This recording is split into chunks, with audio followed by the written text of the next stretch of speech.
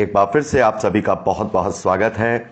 हम अध्ययन कर रहे हैं मत्ती रचित सुसमाचार का और अब समय है कि हम उसके 7वें अध्याय और पहले वचन से आगे का अध्ययन करें।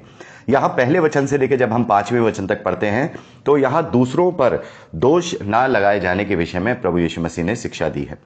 यहाँ प्रभु कहते हैं दोष मत लगाओ कि तुम पर भी दोष ना लगाया जाए, क्योंकि जिस प्रकार तुम दोष लगाते हो उसी प्रकार तुम पर भी दोष लगाया जाएगा, और जिस नाप से तुम नापते हो उसी नाप से तुम्हारे लिए नापा जाएगा। तो मेरे प्यारे भाई बहनों, यहाँ प्रभु यीशु मसीह दोष ना लगाने के विषय में बात कर रहे हैं। लेकिन ये दोष लगाना क्या है?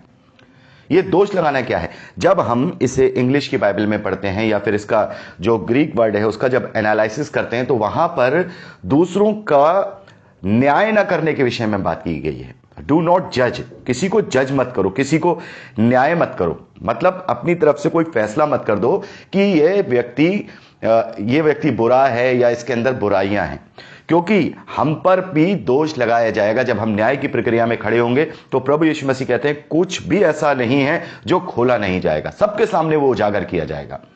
तो यहां प्रभु यीशु मसीह कह रहे हैं कि जिस नाप से तुम नापोगे उसी नाप से तुम्हारे लिए भी नापा जाएगा। अर्थात तुम पहले अपने लिए सोचो। हमारे पास किसी के पास ये अधिकार नहीं है कि हम किसी का न्याय कर सके या किसी के विषय में अपनी राय बना सकें, क्योंकि हम बाहरी रूप से देख रहे हैं। परमेश्वर मनों को जांचने वाला है, ठीक है। और दूसरी बात प्रभु यहां कह रहे हैं कि तू क्यों अपने भाई की आंख का तिनका देखता है। तिनका एक मामूली सा, देखा होगा ना, एक पेड़ की डाली का मामूली सा तिनका जो चिड़िया वगैरह उठा के ले जाती है, वो तिनका देख रहा है और अपनी आंख का लट्ठा नहीं देख रहा। कितना डिफरेंस है। तिनका छोटा सा, एक लट्ठा पूरा पेड़ का तना। यानी कि हमारे अंदर इतनी बुराइयां हैं क्योंकि हम सब गलतियों का पुतला हैं। हम अपनी तरफ नहीं देख रहे हैं लेकिन दूसरों का न्याय करने लगे। यही हमारे साथ होता है कि हम अपने आप को दुनिया में सबसे बड़ा धर्मी, सबसे बड़ा ईमानदार, सबसे बड़ा इनोसेंट समझते हैं कि हम बहुत मासूम हैं, हम बहुत ही बिल्कुल सही हैं, और दूसरे वाले की छोटी सी भी गलती हमें पहाड़ की तरह दिखने लगती है। अरे ये तो दुनिया का सबसे खराब व्यक्ति है, ये तो दुनिया का सबसे अधर्मी व्यक्ति है। तो परमेश्वर प्रभु कह रहे हैं पहले अपना तो देख ले, तू कहां है, तू किस जगह खड़ा है, तब तू अपने भाई को समझा सकता है, तू बता सकता है। तो मेरे प्यारे भाई बहनों, यहां पर व्यक्तिगत तौर पर किसी भी मनुष्य को दूसरे मनुष्य का कोई न्याय नहीं करना, क्योंकि परमेश्वर उसके मन को जानता है। ना जाने आज हम उसके विषय में अपनी राय बना के रखे हैं, कल उसके ऊपर परमेश्वर का अनुग्रह हो और वो परमेश्वर का खोजी हो और वो अपने पापों की क्षमा या जो भी उसने गलतियां की हैं उसको पा करके वो नई सृष्टि बन जाए। तो मेरे प्यारे भाई बहनों, हमें किसी का भी पर्सनल जीवन पर, किसी भी पर्सनल जीवन पर दोष नहीं लगाना है, चाहे वो कोई भी हो, चाहे वो सामान्य विश्वासी हो, किसी के भी पर्सनल, अरे वो तो ऐसा है, वो तो ऐसा है, चाहे आप उसके अंदर लाख बुराइयां देखो, क्योंकि हमें नहीं पता है कि जिसे हम बुराई समझ रहे हैं परमेश्वर प्रभु यीशु मसीह उसका किस प्रकार से न्याय करेंगे, क्योंकि न्याय करने का अधिकार उसका है, हमारा नहीं है। हम अपना देखें हमारे अंदर क्या है। प्रभु यही बात यहां पर समझा रहे हैं।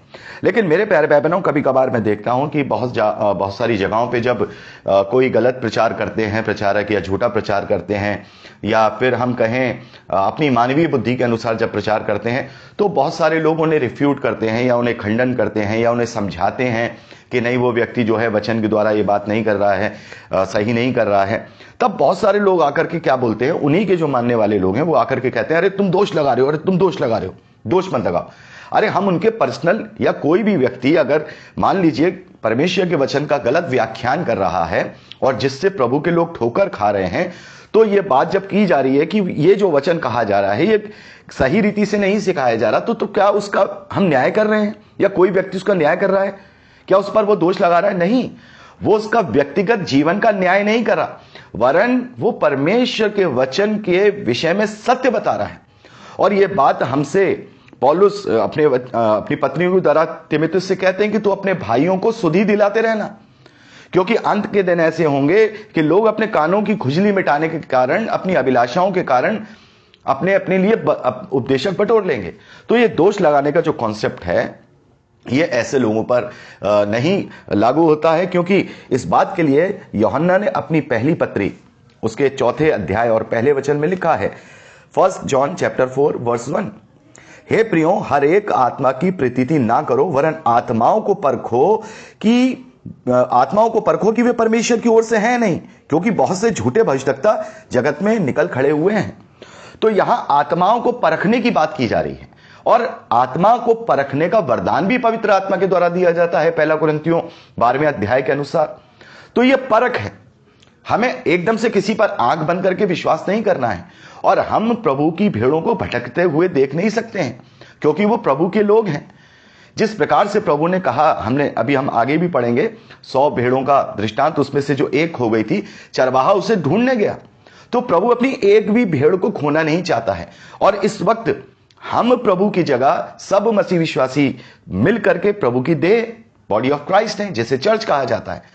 तो जो प्रभु की चाहत है वो चर्च की चाहत है।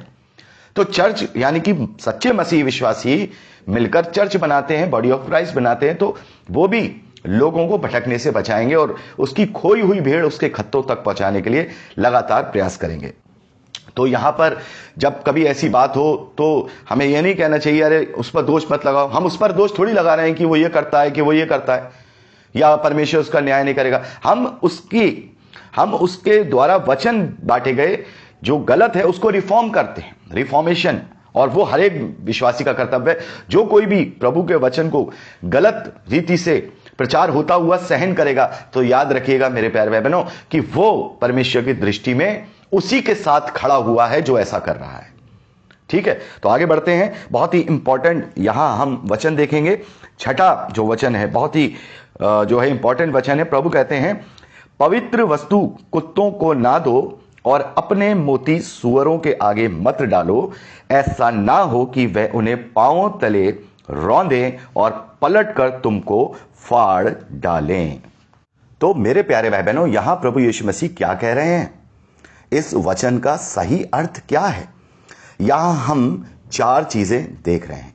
पहली चीज देख रहे हैं कुत्ते, दूसरा सूअर, और ये तो हो गए 2 पर्टिकुलर, ठीक है। और उसके बाद हम देख रहे हैं पवित्र वस्तु और अपने मोती। तो इसका क्या अर्थ है? ये कुत्ते कौन हैं, ये सूअर कौन है, ये पवित्र वस्तुएं क्या हैं और अपने मोती क्या हैं? पहली चीज तो मेरे प्यारे भाई बहनों, यहां पर कोई सोचे कि प्रभु यीशु मसीह यहां किसी को इस प्रकार से अब्यूज कर रहे हैं, या जो ये गाली का शब्द है, ये गाली का शब्द नहीं है। परमेश्वर की बनाई सृष्टि में जो पशु हैं उन्हें हम कुत्ता कहते हैं और सूअर कहते हैं, लेकिन इंडिया के अंदर बहुत सारी जगहों पे इसे एब्यूजिंग वर्ड माना जाता है। लेकिन उस समय में ये एब्यूजिंग वर्ड नहीं था और ना ही इन्हें एब्यूज के रूप में यूज किया जाता था। और हम देखते हैं जो पशु हैं उनके जो गुण होते हैं उसके अनुसार हम किसी को भी जो है उसका कंपैरिजन करते हैं या फिर उसको उपमा देते हैं। तो यहां पर इसे एब्यूज वर्ड के रूप में नहीं लेना है, ठीक है ना, हमें इसका अर्थ समझना होगा। हम देखते हैं कि कुत्ता जो है पहले यहूदियों के अंदर बहुत ही उनकी फैमिली में या सब चीज़ों में बहुत ही उनके लिए यूजफुल था, उनके खेतों की रखवाली, भेड़ों की रखवाली करने के लिए, सबके लिए। लेकिन वो आंगन में रहता था। एक परिवार में एक कुत्ता एक बहुत ही उनके क्लोज रहता था, लेकिन वो एक आंगन में रहता था। उसे अंदर जाने का क्या था, उसको अंदर घर के अंदर जाने का अलाउ नहीं था। तो इसलिए जो बाहरी आंगन में जो होते थे वो कुत्ते वहां रहते थे। इसलिए बहुत सारे मुहावरे बने, जैसे प्रभु ने कहा कि लड़कों की रोटी कुत्तों को ना दे, यानी कि जो घर का जो बच्चा है उसको पहले रोटी उसका अधिकार है, आंगन में रह रहे उस कुत्ते का अधिकार नहीं है, जो पेट है उसका अधिकार नहीं। तो ये इसको एब्यूज वर्ड में या किसी गलत शब्द में आपको नहीं लेना है। तो अब यहां कुत्ते कौन है और सूअर कौन है? सबसे पहले हम नीति वचन उसका 9वां अध्याय और उसके 7वें और 8वें वचन को पढ़ेंगे। प्रोवर्ब्स चैप्टर 9 वर्स 7 और 8। जो ठट्टा करने वालों को शिक्षा देता है वह अपमानित होता है, और जो दुष्ट जन को डांटता है वह कलंकित होता है। ठट्टा करने वाले को ना डांट, ऐसा ना हो कि वह तुझसे बैर रखे, वरन बुद्धिमान को डांट, वह तुझसे प्रेम रखेगा। तो यहां पर ठट्टा करने वाले को ना डांट। तो यहां पर इस वचन का हम जब कंपैरिजन करते हैं तो हमें पता लगता है कि ठट्टा करने वाले कौन है। ठट्टा करने वाले वो हैं जो सुनना ही नहीं चाहते। उन्होंने अपने मन में इस बात को बना लिया है कि परमेश्वर के विरोध में उनकी सारी बातें हैं, या हम कहें प्रभु यीशु मसीह के विरोध में या परमेश्वर यहोवा के विरोध में उन्होंने उसको ठट्टों में उड़ा रखा है। वो व्यक्ति कभी भी क्या करेगा, आपकी अच्छी बातों को, जो आप उसको सही रीति से समझाने का प्रयास करेंगे, वो आपकी समझेगा नहीं, वरन वो क्या करेगा, उल्टा आपसे जलेगा। आप देख लीजिएगा, जो व्यक्ति घमंडी होता है या जो व्यक्ति जो है सुनना नहीं चाहता, अगर हम उसे समझाना चाहेंगे तो क्या करेंगे, वो आपसे ही लड़ेगा, आपसे ही दुश्मनी करेगा, आपसे ही बैर करेगा। तो यहां इस वचन को जब हम कंपैरिजन करते हैं तो यहां पर हम देखते हैं जो कुत्ता शब्द है वो अयोग्य लोगों के लिए इस्तेमाल किया है प्रभु ने। अयोग्य मतलब जो व्यक्ति किसी चीज का योग्य ना हो। मान लीजिए कि कोई व्यक्ति, हम कहते हैं ना भाई ये इसके योग्य नहीं है, हम देख लेते हैं, प्रभु कहता है आत्माओं को परखो, हम देख लेते हैं कौन सा व्यक्ति किस योग्य है और कौन सा व्यक्ति किस योग्य नहीं। तो कुत्ते अर्थात अयोग्य व्यक्ति, ठीक है, हमें अपने आत्मिक जीवन में इन चीजों को हमेशा देखते रहना है, नहीं तो हम इस धरती पर क्या होंगे, इस धरती पर जी नहीं पाएंगे। ऐसे ऐसे लोग हैं यहाँ, प्रभु ने हमें ऐसी शिक्षाएं दी हैं, ऐसी ऐसी शिक्षाएं दी है, अगर हम ये सारी चीजों को उन लोगों पर इंप्लीमेंट करते रहे तो हमारा जीवन एक ऐसा हो जाएगा कि लगातार हमारी आत्मा में खरोच पड़ेगी और हम ही स्वयं अपने लिए ठोकर का कारण बन जाएंगे। इसलिए पहले अभी मैंने आपको बताया था पिछली रिकॉर्डिंग्स में कि प्रभु यीशु मसीह ने हमें नम्र बनना सिखाया है, प्रभु यीशु मसीह ने हमें दीन होना सिखाया है, प्रभु यीशु मसीह ने हमें प्रेम करने के लिए कहा है, लेकिन प्रभु यीशु मसीह ने हमें मूर्ख बनने के लिए नहीं कहा है, प्रभु यीशु मसीह ने हमें कायर बनने के लिए नहीं कहा है। यहां सारी बातों को बताने के बाद प्रभु यीशु मसीह ने एक बात बीच में डाल दी कि अयोग्य लोगों के लिए, और अयोग्य लोगों के लिए ये नहीं है। और सुअर कौन है मेरे प्यारे बहनों? सुअर मतलब, सुअर को हम जब देखते हैं उसके गुणों से हम देखते हैं। यहां कुत्ता प्रभु ने यहां क्यों कहा? क्योंकि मेरे प्यारे बहनों, अगर आपकी कोई घर की पवित्र वस्तु है, ठीक है, मान लीजिए आप उसे बड़ा पवित्र मानते हैं, ठीक है, कि भाई ये बड़ी साफ है, और उससे फिर आप क्या बोले देंगे, किसी दूसरे साफ व्यक्ति को देंगे कि उसको वो संभाल के रखेगा, क्योंकि उसकी वो वैल्यू जानता है। लेकिन अगर वो कुत्ते के आगे डाल दोगे तो क्या कर देगा, उसके साथ वो खेलेगा, उसके साथ वो उसको गंदा कर देगा, क्योंकि उसको मालूम ही नहीं है, उसको मालूम ही नहीं है कि मेरे पास क्या है। तो बहुत सारे ऐसे लोग हैं जो आपके उन बातों को जानना ही नहीं चाहते या उसके योग्य नहीं। सुअर कौन है, क्या है? सुअर यहां अपवित्रता को दिखाता है, मतलब दुष्टता को दिखाता है। तो कुत्ता जो शब्द है अयोग्य लोगों के लिए, और सुअर शब्द दुष्ट लोगों के लिए जो शैतान की अगुवाई में चल रहे हैं। और पवित्र वस्तुएं क्या हैं? पवित्र वस्तुएं वो शिक्षाएं हैं जो हम परमेश्वर की ओर से देना चाहते हैं। और अपने मोती, यहां लिखा अपने मोती दुष्टों को मत देना, अर्थात हमारा आत्मिक चरित्र जिसके लिए प्रभु यीशु मसीह ने हमें आज्ञा दी कि तुम ऐसा करना, कोई तुम्हारे गाल पे थप्पड़ मारे दूसरा बढ़ा देना, कोई तुम्हारी अगर कुर्ता ले जाना चाहे तो शॉल भी दे देना, कोई अगर तुम्हें 1 किलोमीटर लेके जाए तो उसके साथ 2 किलोमीटर चले जाना, ये सब बातें हमारे आत्मिक चरित्र को दिखाती हैं। लेकिन प्रभु कह रहे हैं कि अपने इस आत्मिक चरित्र को दुष्टों के आगे मत रखना, वरना वो तुम्हें क्या करेंगे, वो हमारे दाहिने गाल पे मारेगा, हम बाइना रखेंगे, फिर वो बाइने गाल पे मारेगा तो हम दाइना रखेंगे, दाइना, और ये सिस्टम खत्म नहीं होगा, क्योंकि वो दुष्ट है, वो मारता रहेगा। तो अपनी दीनता और नम्रता को ऐसे लोगों के लिए सामने प्रकट नहीं करना। लेकिन इसका मतलब ये भी नहीं है कि हम उनके जैसे बन जाएं, कि जैसे वो हैं, कि हम उनके साथ वैसा ही बर्ताव करें जैसा कि वो हमारे साथ कर रहे हैं। नहीं, हमें सतर्कता के साथ उनके सामने से हट जाना है, ठीक है। और प्रभु कहते हैं कि मैं तुम्हें कबूतर के समान भेड़ियों के बीच में भेज रहा हूं, भेड़ों के समान, माफ कीजिएगा, भेड़ों के समान भेड़ियों के बीच में भेज रहा हूं। इसलिए तुम कबूतरों के समान भोले तो रहना, बिल्कुल भोले बन के, अहिंसा के साथ, शांति के साथ, लेकिन सांपों के समान सतर्क रहना। तो प्रभु यहां पर सतर्कता के साथ बात कर रहे हैं, लेकिन इसमें कोई ठोकर ना खाए। परमेश्वर मनों को जांचता है। हो सकता है कभी कभार हम अपनी खुद की ईर्ष्या के कारण ही दूसरे को सोचे ये अयोग्य है, दूसरे को सोचे ये दुष्ट है, लेकिन असल में हम दुष्ट हैं। इसलिए प्रभु ने पहले कह दिया कि दोष मत लगा देना भाई, न्याय मत करना। तुम परख सकते हो लेकिन तुम न्याय नहीं कर सकते।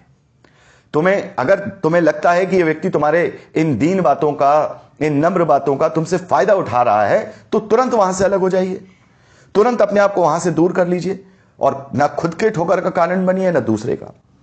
तो मेरे प्यारे बहनों, यहां पर प्रभु कहते हैं जो अयोग्य लोग हैं उन्हें अच्छी शिक्षाएं मत दो, वो योग्य नहीं है, क्योंकि वो ठट्टा उड़ाने वाले हैं। बहुत सारे लोगों को हम बताते ना, वो क्या करेंगे, वाद विवाद करेंगे। अच्छा ऐसा था तो ऐसा क्यों, ऐसा था तो ऐसा क्यों, वो तो अपने आप को बचा नहीं पाया, वो ये था, ये तो ये धर्म है, ये तो वो धर्म है, देखो यहां ये लिखा है, देखो वहां लिखा है। तो समझ जाओ कि भैया ये समझना नहीं चाह रहा, ये व्यर्थ विवाद उत्पन्न कर रहा है। और पौलुस कहते हैं कि व्यर्थ विवाद रगड़े और झगड़े उत्पन्न करते हैं। व्यर्थ विवाद कोई करे, अगर कोई सुनना चाहता है, कोई क्यूरियोसिटी दिखाता है कि हाँ अच्छा ऐसा है, समझना चाहता है, हाँ थोड़े बहुत कंफ्यूजन उसके हों, तो हमें वचन ये भी कहता है कि जो विश्वास में निर्बल है उसे अपनी संगति में ले लो। लेकिन ऐसे लोगों को जो विश्वास में निर्बल नहीं है वरन ठट्टा करने वाले हैं, वो आपसे बहस करने वाले हैं, अच्छा देखो ये वहां था, उनसे दूर रहो, समय बर्बाद मत करो, अपने पवित्र वस्तुएं उन्हें मत दो। बहुत बार ऐसा होता है कि कभी कभार कोई बहस करने आ जाता है तो हम क्या लग जाते हैं खड़े होकर। मेरे पास भी पहले 6-7 साल पहले लोग बहस करने आ जाते थे फोन पर, ऐसा क्यों लिखा है, वैसा लिखा है, तो मेरे को बड़ा लगता था, उन्हें समझाने की कोशिश करता था। लेकिन जब इस वचन ने मुझ पर कार्य किया तो मैंने देखा कि वो तो समय बर्बाद कर रहे हैं, वो सुधरने नहीं आए हैं, वो खोज करने नहीं आए, वरन वो तो विरोध करने आए हैं। तो जब विरोध करने आए हैं तो विरोधी हो गए, अर्थात वो शैतान के लोग हो गए, वो अयोग्य हो गए। अब मैं अपनी पवित्र वस्तुओं उन्हें नहीं दूंगा, पलट के रौंद देंगे, फाड़ देंगे, वो फाड़ देंगे, रौंद देंगे। इस बात को हमें समझना होगा मेरे प्यारे भाई बहनों। तो हमें परखना है, किसी को जांचना नहीं है। सबसे पहले स्वयं को ही देख लो कि हमारे अंदर हम सचमुच इस योग्य हैं कि हमारे अंदर कोई पवित्र वस्तुएं हैं, प्रभु की सही शिक्षाएं हैं, या हमारे अंदर वो अपने मोती हैं, प्रेम, आनंद, धीरज, कृपा, भलाई, विश्वास, नम्रता और संयम ये है, तब तो हम दूसरे के बारे में कोई बात कर पाएंगे। तो मेरे प्यारे भाई बहनों, अब हम आगे बढ़ेंगे अगली रिकॉर्डिंग में 7वें वचन से। परमेश्वर हम सबको आशीष दे।